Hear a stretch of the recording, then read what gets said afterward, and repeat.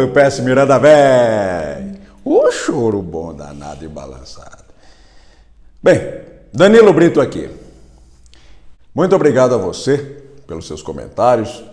Aliás, comentários que me fizeram gravar a segunda parte desse vídeo, né? O vídeo que eu lancei recentemente, falando sobre a rivalidade entre grandes instrumentistas, mais especificamente entre Jacó do Bandolim e Valdir Azevedo.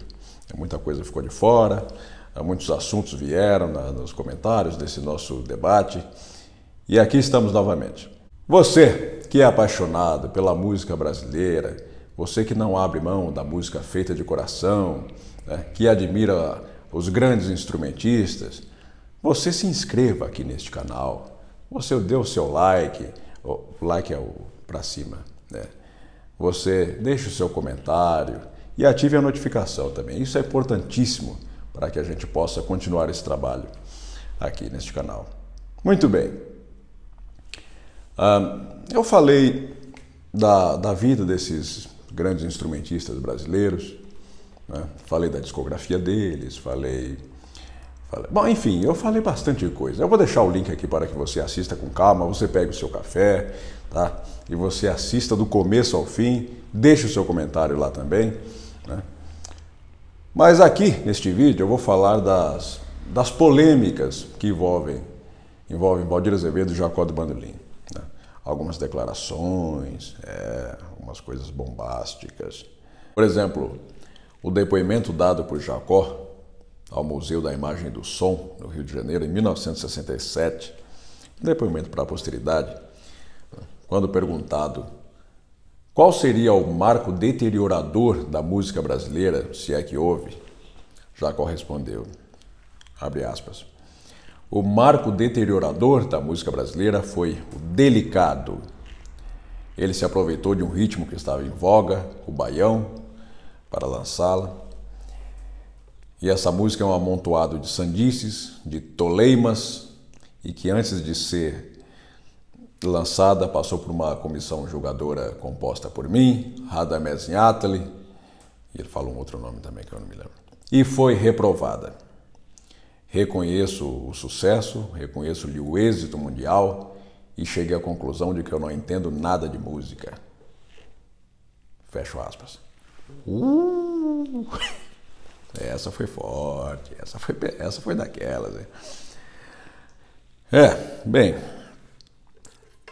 isso não era privilégio do Valdir Azevedo ser alvo das críticas de Jacó, né? O Jacó criticava qualquer pessoa que ele julgasse ser oportunista, comercialista em relação à música. Ele não admitia qualquer tipo de comercialismo em música, ou seja, uma música que não fosse feita de coração. Uma música que fosse feita apenas para vender.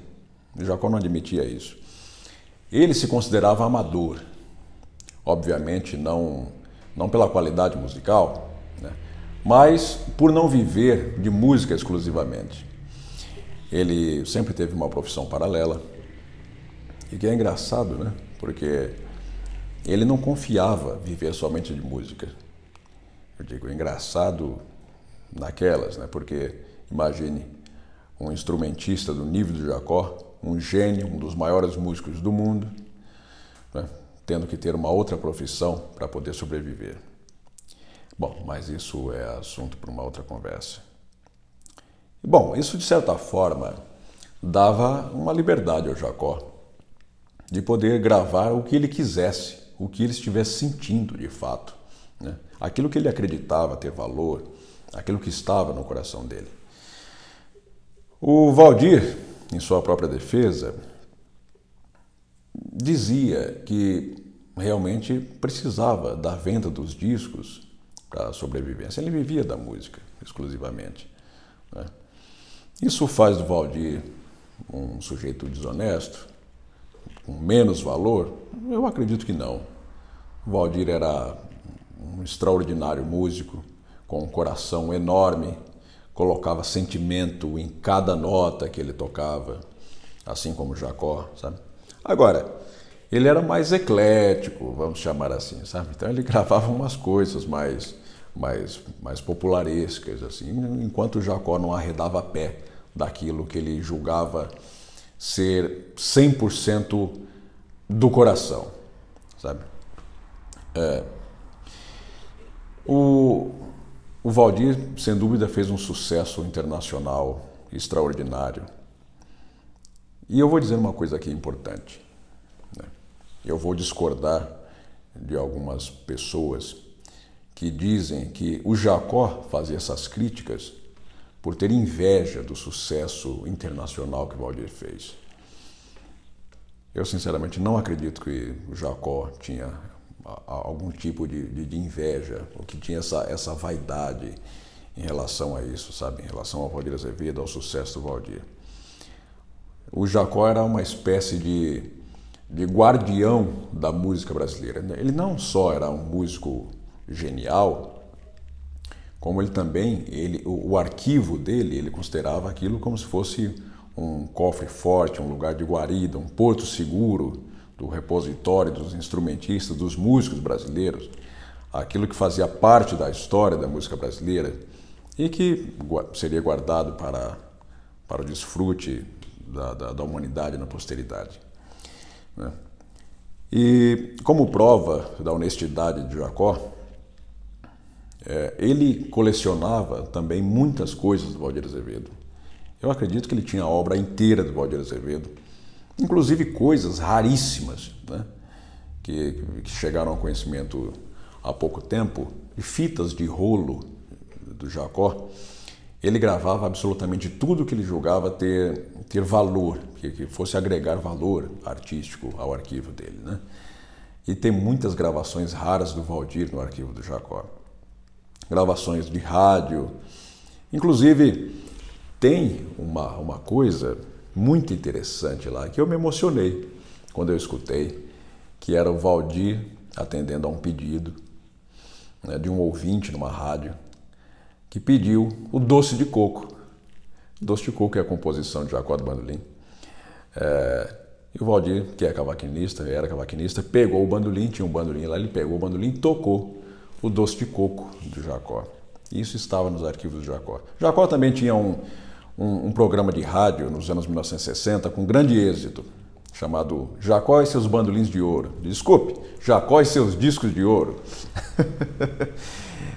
E o Jacó divulgava também músicas do Valdir Azevedo.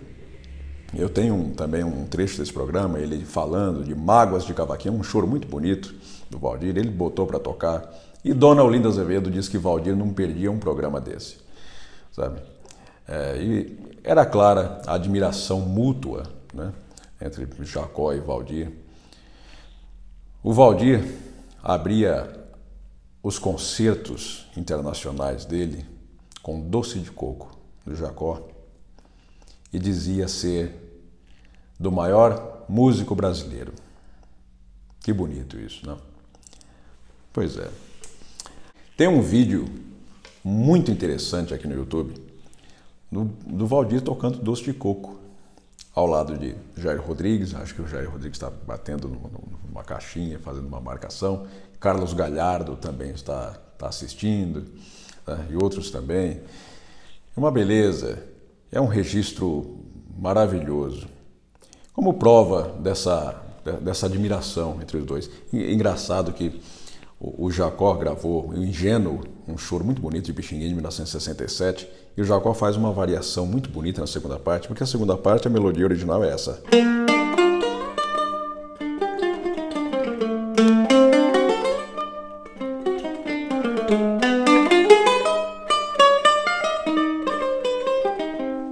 E a variação, ele faz. O violão responde, Jacó.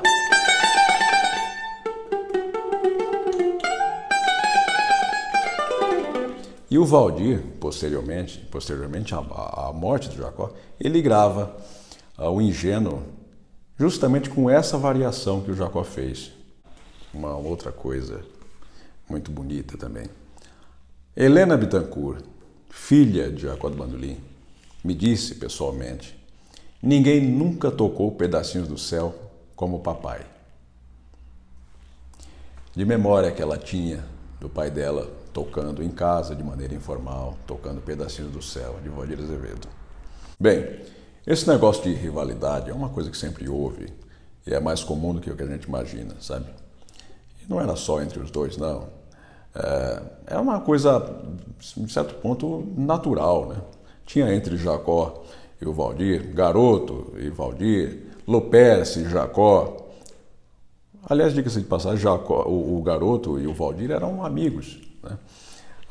O Valdir deu um depoimento também para o Museu da Imagem do Som, dizendo que o Garoto ia visitá-lo na casa dele, e eles ficavam trocando técnicas, opiniões e tal. O Garoto muito impressionado com a qualidade superior de som do Valdir. O Valdir também absorveu a técnica da mão esquerda do Garoto, a digitação. O Garoto que ensinou a digitação da escala cromática no cavaquinho. Enfim.